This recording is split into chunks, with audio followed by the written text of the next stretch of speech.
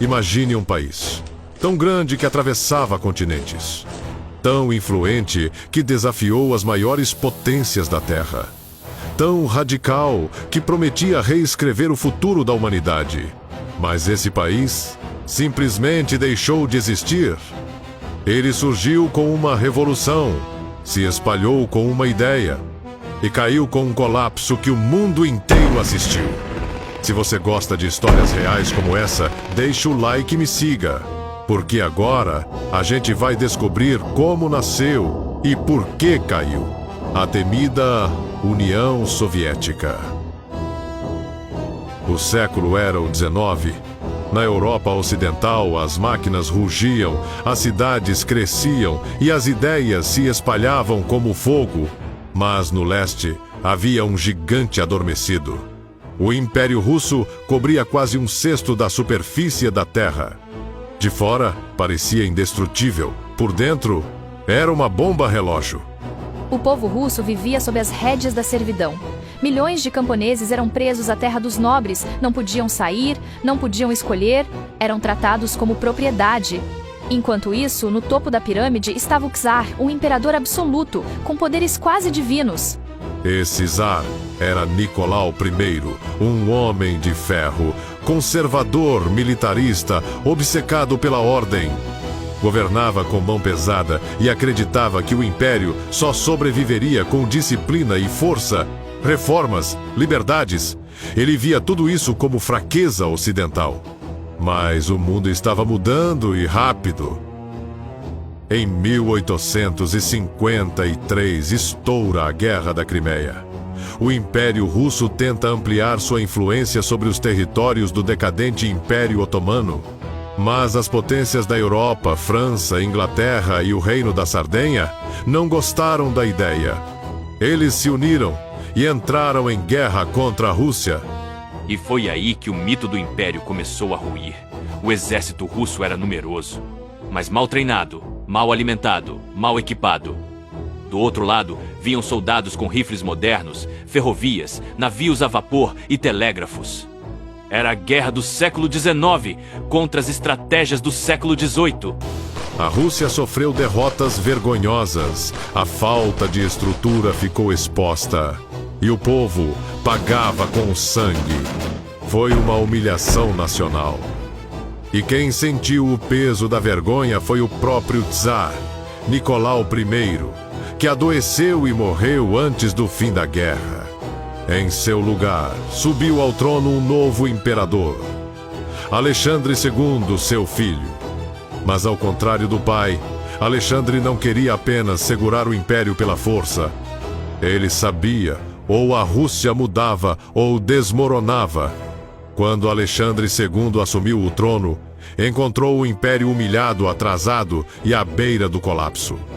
Ele era chamado de o Tsar Libertador. Mas não por idealismo, era sobrevivência. A Rússia precisava mudar rápido. Em 1861, Alexandre II fez algo impensável para seus antecessores: aboliu a servidão. Mais de 20 milhões de camponeses foram libertos. Era o maior ato de libertação da história moderna até então. Mas a liberdade veio com amarras.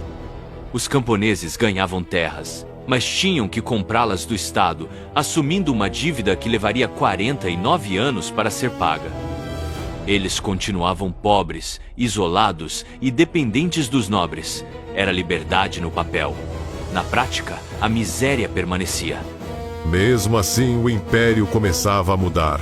Ferrovias foram construídas. Fábricas surgiram nas grandes cidades. O exército foi reformado, o sistema judiciário modernizado. Até a censura foi levemente afrouxada. Parecia uma nova Rússia, mas por trás desse progresso, crescia algo novo e explosivo.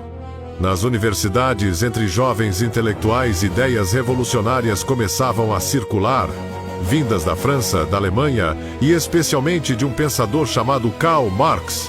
Em 1867, O Capital, sua obra monumental, foi publicada. Um livro denso, cheio de teorias econômicas, gráficos e conceitos. Os censores russos acharam que ninguém entenderia. deixaram o livro passar. Mas os estudantes entenderam e foram além. Eles copiavam trechos à mão, liam em grupos secretos, discutiam em porões, trens, dormitórios. Para eles, Marx oferecia uma resposta que o Czar nunca deu. Os pobres não precisavam de caridade, precisavam de poder.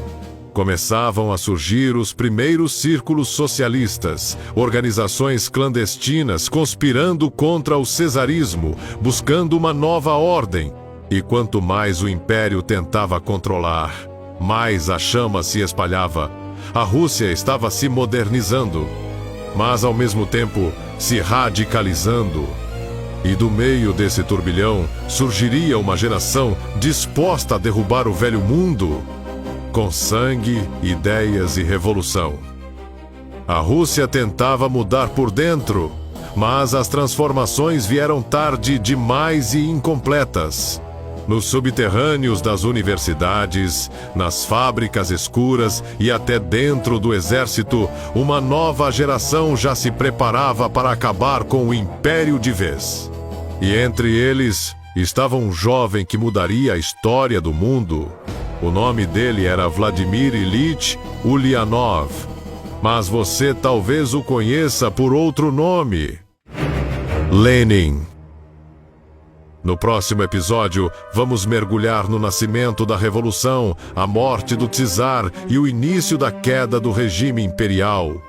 Se você curtiu essa parte, deixa o like e comenta "História", para eu saber que você assistiu até o fim. E não esquece de me seguir, porque a parte 2 vem aí e vai pegar fogo. Te vejo no próximo capítulo. Até mais!